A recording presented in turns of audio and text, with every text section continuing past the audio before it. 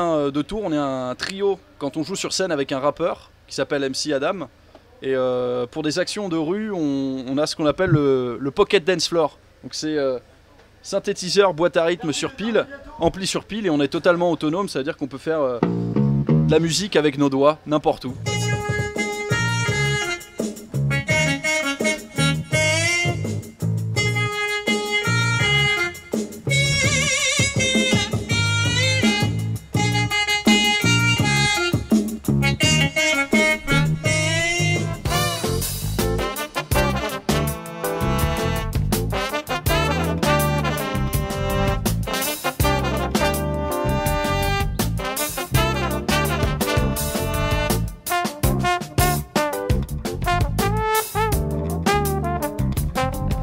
Cobert, bonsoir, Cobert PAD, micro, et on sort sur le PAD complet jingle, année, disque. Le conducteur il est prêt, ce qui peut changer c'est tous les aléas.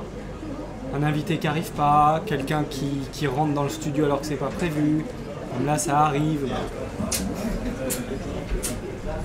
Voilà, ça c'est le genre de choses qui arrivent. Ouais, la technique c'est nickel, là tout va bien, on est prêt pour le direct. On commence dans 2 minutes. À presque 7h20, nos invités Bigre, bonsoir. Bonsoir, bonsoir. Bienvenue à Romain et à Félicien. Romain, Félicien, vous serez sur la scène du Théâtre Antique dans 1 heure. En fait, vous arrivez... On arrive complètement à l'arrache et on fait des surprises. Je voudrais qu'on s'arrête quelques secondes là-dessus.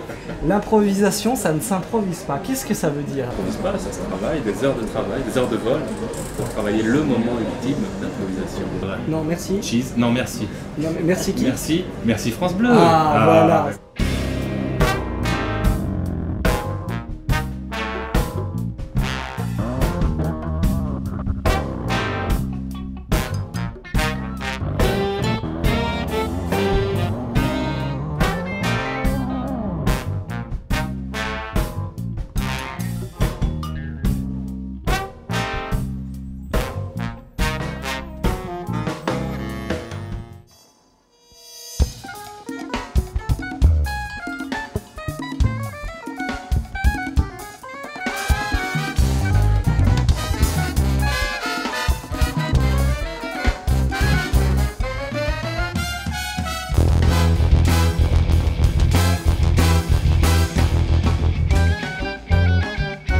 Bienvenue dans Summertime en direct de Jazz à Vienne pour la 3e soirée consécutive.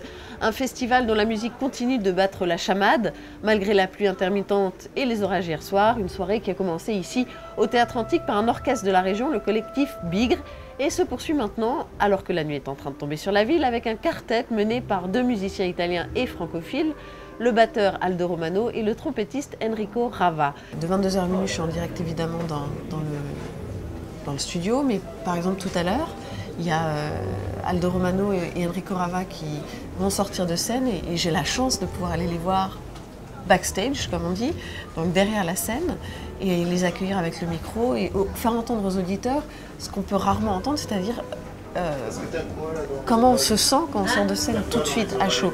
Ce qui est vraiment sympa de leur part, parce que c'est pas forcément évident de parler quand on sort de scène.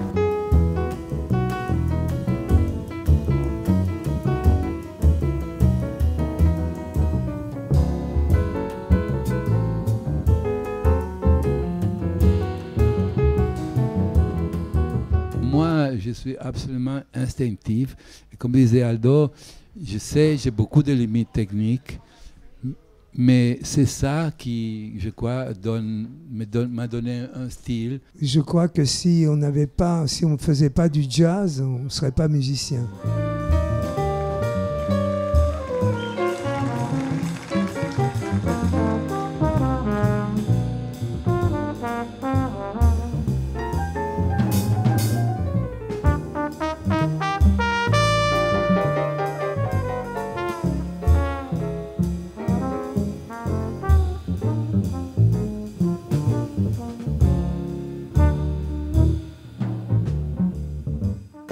Content de retrouver Aldo Romano sur scène?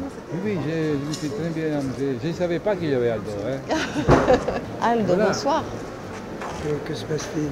On est là vous êtes là pour France Inter, on vous attend en coulisses du concert. C'était un excellent concert, très très beau. Vous êtes content, vous? Oui, mais on a toujours des choses à dire, mais en gros, oui, je suis content, bien sûr. Oui, il y a toujours des critiques à faire entre musiciens, c'est ça? Ben non, pas des critiques envers les musiciens je les ai adorés. Oui. Non, c'est toujours moi, j'ai toujours l'impression que j'ai mal joué. Oh. Enfin, ça, c'est normal.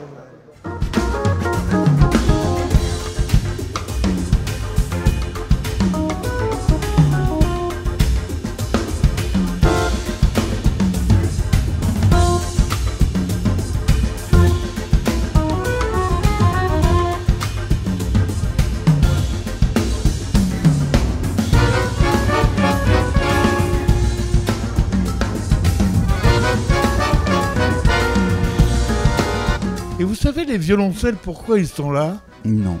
Parce qu'au départ, je voulais jouer la sonate au clair de lune de Ludwig van Beethoven. Et je ne trouvais pas d'instrument qui faisait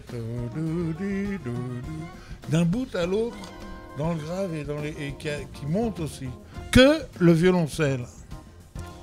Et donc j'ai fait ça avec la fanfare, et je me suis retrouvé avec des violoncelles qui, eux, ont appris les autres morceaux sans que je leur demande.